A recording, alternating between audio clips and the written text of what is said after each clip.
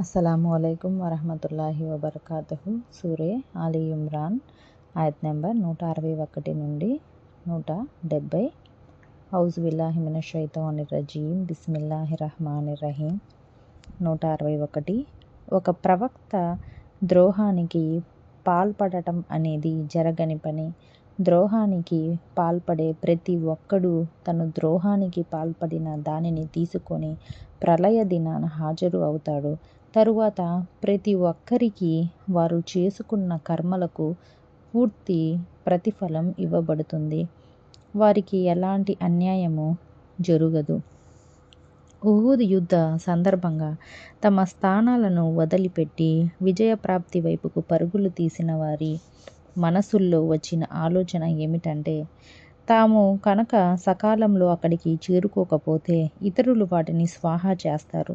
దానిపై ఈ హెచ్చరిక వచ్చింది: విజయధనంలో నుంచి మీ వాటా మీకు దక్కదని అసలు మీరెలా అనుకున్నారు? ఏమిటి, మీకు మీ నాయకుడు అయిన ముహమ్మద్ సల్లల్లాహు అలైహి వసల్లంపై భరోసా లేకుండా పోయిందా? గుర్తుంచుకోండి, ఒక ప్రవక్త ద్వారా ఎన్నటికీ ఎలాంటి అవినీతి జరగదు. ఇది ముమ్మాటికి అసంభవం. ఎందుకంటే అవినీతి అనేది ప్రవక్త నైజానికే వ్యతిరేకం.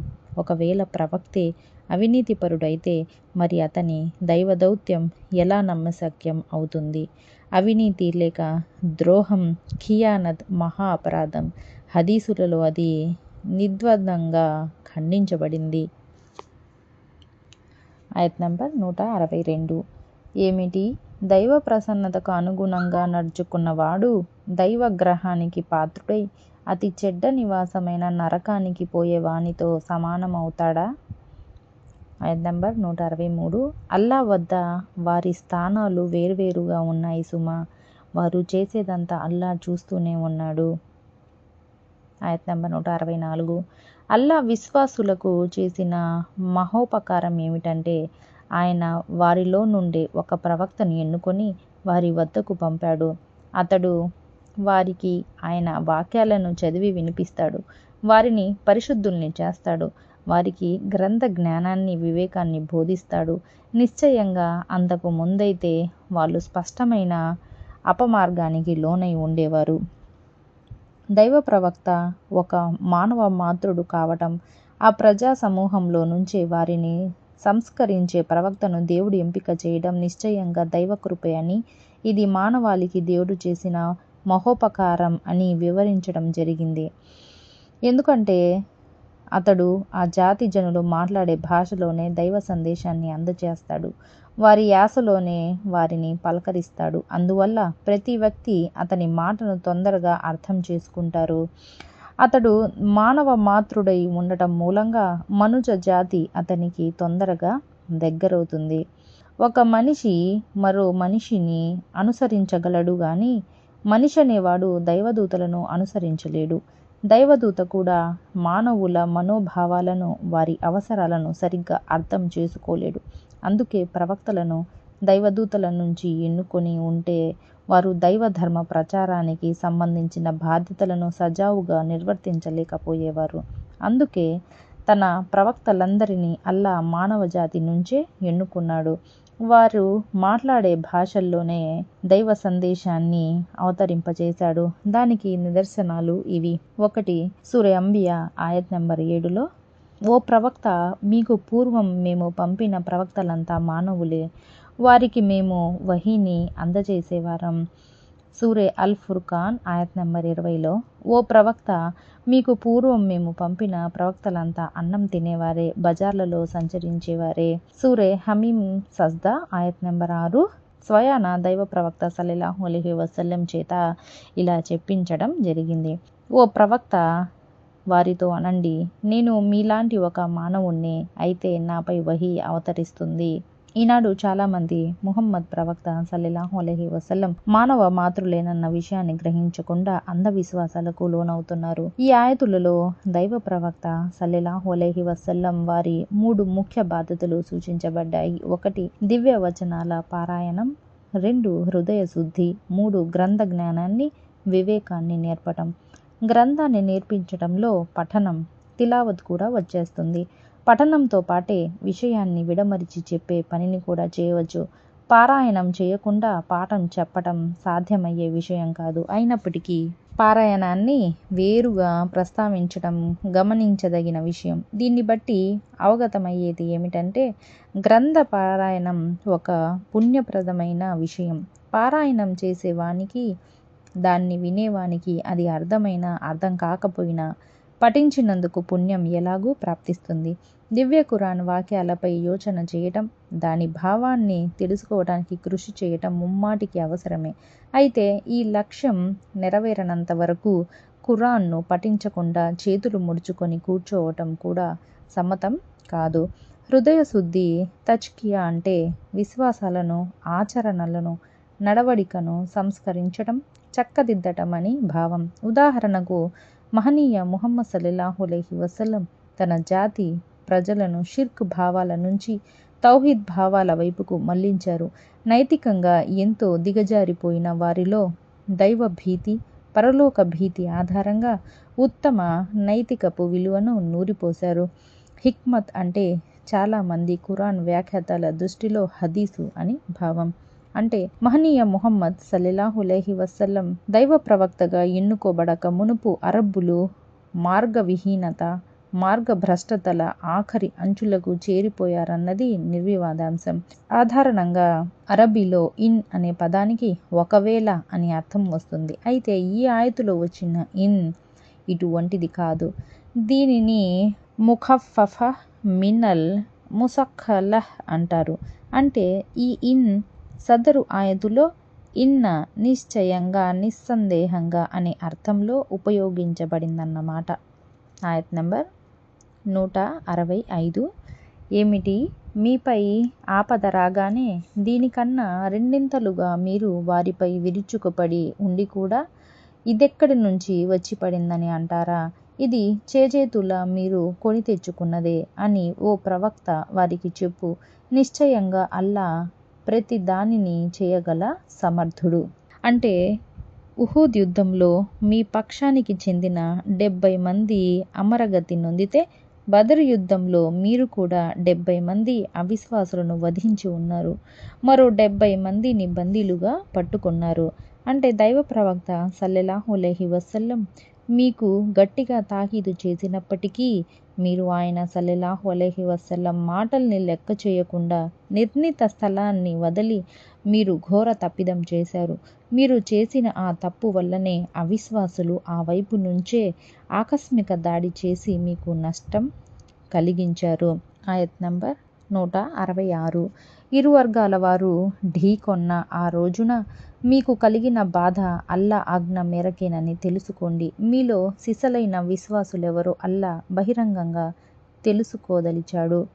ఆయత్ నంబర్ 167. దగాకోరులెవరో కూడా ఆయన తెలుసుకోవాలని అనుకున్నాడు. రండి, అల్లా మార్గంలో పోరాడండి, లేదా అవిశ్వాసులను ఎదుర్కోండి అని వారితో కపటులతో అన్నప్పుడు యుద్ధం జరగబోతుందని మాకు తెలిసి ఉంటే తప్పకుండా మీ వెంట వచ్చేవాళ్ళమే అని వారు బదులిచ్చారు. ఆనాడు వాళ్ళు విశ్వాసం కన్నా అవిశ్వాసానికి బహు చేరువలో ఉన్నారు. తమ మనస్సుల్లో లేని దాన్ని నోటితో పలుకుతున్నారు. వారు దాచి ఉంచే దానిని అల్లా బాగా ఎరుగు.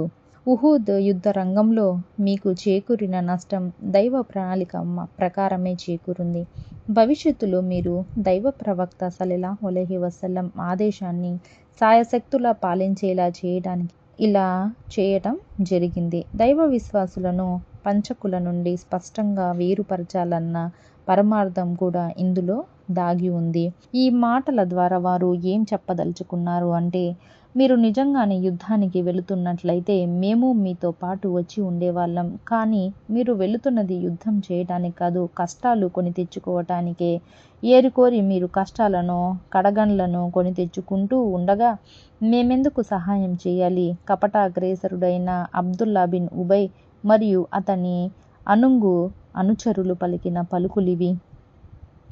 తాము చెప్పేదాన్ని పట్టించుకోనందుకు నిరసనగా వారు షౌత్ అనే స్థలం వద్దకు చేరుకున్నాక మదీనాకు తిరుగుముఖం పట్టారు. ఆ సమయంలో అబ్దుల్లా బిన్ హిజామ్ అన్సారీ రజియల్లాహు అన్హు వాళ్లకు నచ్చచెప్పి యుద్ధంలో పాల్గొనేలా ఒప్పించేందుకు తీవ్ర ప్రయత్నం చేయసాగారు. ఆ సమయంలో వారి నోట వెలువడ్డ మాటలు వారిలోని కాపట్యానికి, నిఫాక్కు, అవిశ్వాసానికి, కుఫ్రుకు ప్రతిబింబంగా ఉన్నాయి. వారు పైకి చెప్పిన మాటలు ఇంతకు ముందు వివరించబడ్డాయి. ఇప్పుడు ఈ ఆయతులో వారి అంతరంగం గురించి చెప్పబడుతుంది. తాము వెళ్ళకపోవటం వల్ల ముస్లింల సైన్యంలో ఆత్మవిశ్వాసం క్షీణిస్తుందని, ఇది పరోక్షంగా శత్రువులకు లాభం చేకూరుస్తుందని వారు మనసులో అనుకునేవారు. అంటే ఏదో ఒక విధంగా ఇస్లాంకు, ముస్లింలకు, దైవ ప్రవక్త సల్లల్లాహు అలైహి వసల్లం ఉద్యమానికి విఘాతం కలగాలన్నది వారి మనసులో ఉన్న కోరిక. ఆయత్ నంబర్ 168. వారు తమ ఇళ్లల్లోనే కూర్చున్నదిగాక తమ సోదరుల గురించి మాట్లాడుకుంటూ, వారు కూడా తమ మాట విని ఉన్నట్లయితే ఈ విధంగా చంపబడి ఉండేవారు కాదు అని అంటారు. మీరు సత్యవంతులే అయితే మీ ప్రాణాలను మృత్యువాతన పడకుండా కాపాడుకోండి అని ఓ ప్రవక్త వారికి చెప్పు. తమ సలహాను పాటించి ఇళ్లలోనే కూర్చొని ఉంటే యుద్ధంలో అమరగతులైన తమ సోదరులకు ఈ దుర్గతి పట్టేది కాదన్నది కపటుల ఉవాచ. దీనికి సమాధానంగా, ఒకవేళ మీ మాటలో ఏమాత్రం నిజాయితీ ఉన్నా మీరు మీ మరణాన్ని వాయిదా వేసి చూపించండి అని అల్లా సవాలు విసిరాడు. దీని భావం ఏమిటంటే, విధివ్రాత నుంచి ఎవరూ తప్పించుకోలేరు. మృత్యువు ఎప్పుడు రావాలో, ఎక్కడ రావాలో రాసిపెట్టి ఉంటుంది. దాని ప్రకారం అది వచ్చి తీరుతుంది. దైవ మార్గంలో పోరాట పటిమను ప్రదర్శించవలసిన కీలక సమయంలో వెన్నుచూపి పారిపోయినంత మాత్రాన, లేక యుద్ధ రంగానికి వెళ్లకుండా గోళ్లు గిల్లుకుంటూ ఇంట్లో కూర్చున్నంత మాత్రాన మృత్యువు కబళించకుండా ఉండదు. ఆయత్ నంబర్ 169. అల్లా మార్గంలో చంపబడిన వారిని సుతారము మృత్యులుగా తలపోయకండి. వారు సజీవులు. వారికి తమ ప్రభువు వద్ద ఆహారం ఇవ్వబడుతుంది. అమరగతులు సజీవులుగా ఉంటారన్నది వాస్తవమా, లేక కేవలం వారి గౌరవం దృష్ట్యా అలా అనబడిందా అంటే ముమ్మాటికి వాస్తవమే. కానీ ప్రపంచవాసులు ఆ విషయాన్ని అర్థం చేసుకోలేరు. దివ్య ఖురాన్ ఈ విషయాన్ని స్పష్టంగా ప్రకటించింది. అల్ బకరా సూరాలోని 154వ ఆయతును చూడండి. మరి ఆ జీవితాన్ని స్థూలంగా ఎలా అర్థం చేసుకోవాలి అన్నది ప్రశ్న. సమాధులలోకి వారి ఆత్మలు తిరిగి పంపబడతాయని, దైవ అనుగ్రహాలు ఆస్వాదిస్తూ వారు అందులో హాయిగా ఉంటారని కొంతమంది విద్వాంసులు అభిప్రాయపడ్డారు. స్వర్గంలో పండ్లు ఫలాల సువాసనను పీల్చుతూ వారు సుఖంగా సంతృప్తంగా ఉంటారని మరికొందరు వ్యాఖ్యానించారు. అయితే హదీసు ద్వారా మూడో విషయం కూడా తెలియవస్తుంది. ఇదే నిజమైంది. అదేమిటంటే వారి ఆత్మలు పచ్చని పక్షుల ఉదరాల్లోకి ప్రవేశపెట్టబడతాయి. అవి స్వర్గంలో తింటూ త్రాగుతూ అందలి అనుగ్రహాలను తనివితీర ఆస్వాదిస్తూ ఉంటాయి. ఆయత్ నంబర్ 170. అల్లా తన అనుగ్రహం నుంచి ప్రసాదించిన దాంతో వారు చాలా సంతోషంగా ఉన్నారు. ఇంకా తమతో వచ్చి చేరని తమ వెనుక ప్రపంచంలోనే ఉండిపోయిన వారి విశ్వాసుల గురించి పరస్పరం శుభవార్త వినిపించుకుంటున్నారు. భయపడవలసిన, దుఃఖించవలసిన అవసరం లేనందుకు వారు ఆనందంగా ఉన్నారు.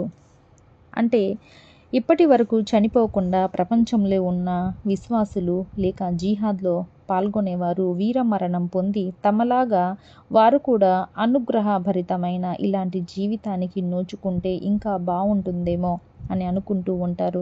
ఉహుద్ యుద్ధంలో అమరగతి నొందిన వారు అల్లాను ఉద్దేశించి, ప్రపంచంలో మా వెనుక ఉండిపోయిన మా సోదరులకు సుఖ సంతోషాలతో నిండిన మా జీవన పరిస్థితులను గురించి తెలియజేసే వారెవరైనా ఉన్నారా? ఈ వార్త గనక వారికి అందితే వారెన్నడూ ధర్మయుద్ధం, జిహాద్ పట్ల విముఖత చూపకుండా ఉంటారు అని విన్నవించుకోగా, మీ అభిప్రాయాన్ని నేను వారికి తెలియచేస్తాను అని అల్లా హామీ ఇచ్చాడు. ఈ నేపథ్యంలోనే అల్లా ఈ ఆయతును అవతరింపజేశాడు. ఇదే కాక ఇంకా అనేక హదీసుల ద్వారా కూడా షహాదత్, అమరగతి గొప్పదనం విదితమవుతుంది. ఉదాహరణకు ఒక హదీసులో ఇలా అనబడింది: మరణించి దేవుని సన్నిధిలో ఆదరణ పొందిన ఏ ప్రాణి తిరిగి ఇహలోకంలోకి రావడానికి ఇష్టపడదు. అయితే అమరగతుడు మాత్రం మళ్ళీ ఇహలోకంలోకి వచ్చి మరోసారి దైవ మార్గంలో వీరమరణం పొందాలని అభిలాషిస్తాడు. అమరగతి నొందే వారికి లభించే ఉన్నత శ్రేణిని తిలకించిన కారణంగా అతనిలో ఈ ఆశ, అభిలాష పెరుగుతుంది. దైవ ప్రవక్త సల్లల్లాహు అలైహి వసల్లం తనతో ఈ విధంగా అన్నారని జాబిర్ రజియల్లాహు అన్హు చెప్పారు. నీకు తెలుసా, అల్లా నీ తండ్రిని బ్రతికించి నా నుండి ఏమన్నా కోరుకో అని అడిగాడు. దానికి నీ తండ్రి నాకు ఒకే ఒక కోరిక ఉంది, అదేమిటంటే మళ్ళీ నన్ను ప్రపంచంలోకి పంపిస్తే నేను మళ్ళీ నీ మార్గంలో పోరాడి అమరగతి నొందాలన్నది నా కోరిక అని బదులిచ్చాడు. ఇది అసంభవం. ఎందుకంటే ఒకసారి నా దగ్గరకు వచ్చిన తరువాత ప్రపంచంలో తిరిగి వెళ్ళే అవకాశం ఎవరికీ ఇవ్వబడదని నేను ముందే నిర్ణయం చేసేశాను అని అల్లా అన్నాడు. అస్సలాము అలైకుం వరహమతుల్లాహి వబర్కాతుహు.